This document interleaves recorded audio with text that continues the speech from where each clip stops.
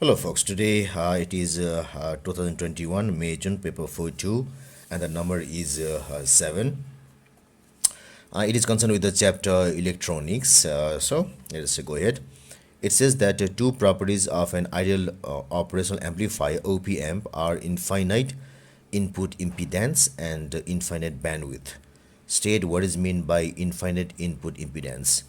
So it means that the resistance or the impedance at the input terminal is infinite and no current can go inside. And since the input is AC, current can go inside and come outside also according to the AC source. So what it does is when the input is of infinite impedance, no current can enter and no current can come out. So infinite bandwidth, it means that the op amp will work the same for all frequencies. That means the gain will be the same for all frequencies, whether it is high or low, it will be for same for all frequencies. Now number B, a student uses a negative temperature coefficient thermistor, which we'll call as NTC thermistor or N-type thermistor, in the circuit of figure 7.1 to indicate changes in temperature like this. Show that the potential at point X is 0.40 volts. So the first question has nothing to do with this op amp, and it just wants us to find the potential at X. So this thing is just a voltage divider. This thing is just a voltage divider. So our Vx should be equal to it is a 400 by 400 plus 1100 into the EMF, which is equal to 1.5 volt, and that's equal to, when I do in the calculator, it will be equal to 400 divided bracket 400 plus 1100 bracket close equal to into 1.5. So it becomes 0.40 volts, 0.40 volts. So as it is said here, our answer has been correct.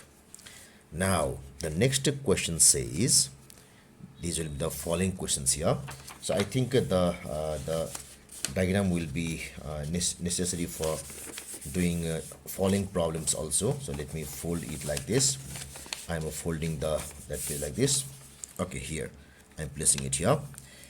What I say is, the thermistor has a resistance of 360 kilo ohm, so it is 360 kilo ohm at a particular temperature. For this temperature of thermistor, calculate the magnitude of the reading on the voltmeter. So we have to give the reading here. So that means we need to find the output voltage here.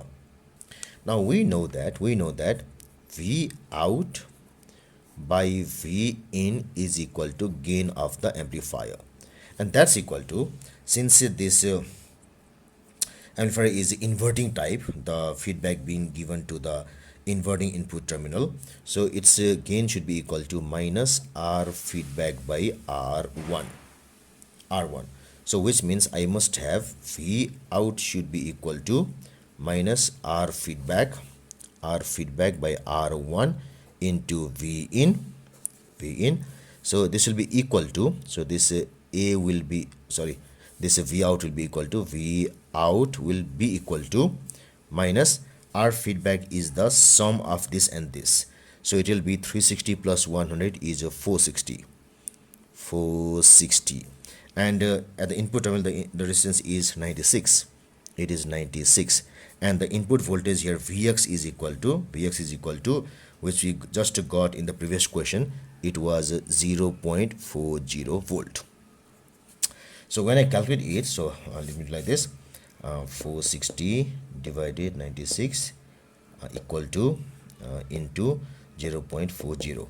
So this has come to be,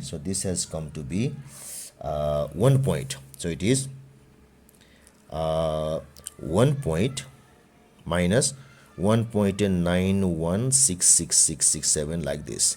So if I write in 2SF, it is 1.9, and in 3SF it will be 1.92. So let me use 3SF. So it is minus 1.92 volt. So it is minus 1.92 volt. Now the temperature of the thermistor increases. So here temperature increases.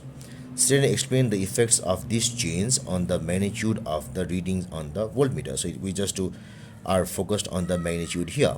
So when the temperature this increases, if T increases, when T increases, resistance of thermistor decreases. This will decrease the whole RF decreases. It means we have, if I do this in this equation here, I will have V out, the magnitude of V out will also decrease. So this thing also will decrease, magnitude will decrease actually.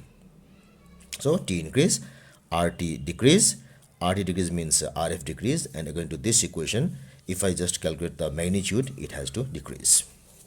Now,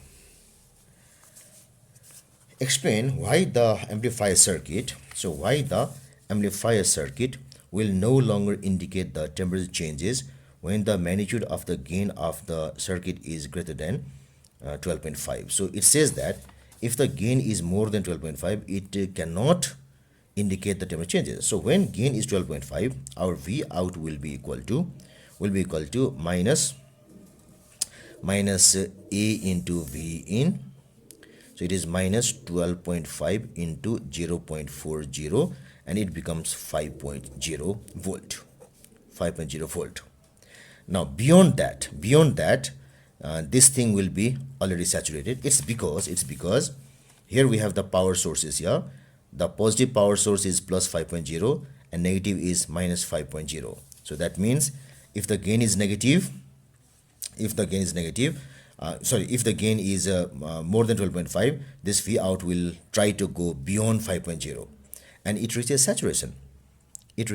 So it will give that constant value of magnitude of 5.0, and so whatever be the temperature change beyond what it is doing, so it cannot show the change in the output voltage, so it's useless.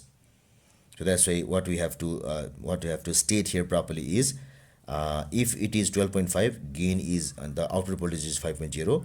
If it is more than 12.5, it will be saturated and it will still show 5.0. So that's why no change can be detected. So that's the answer to this question.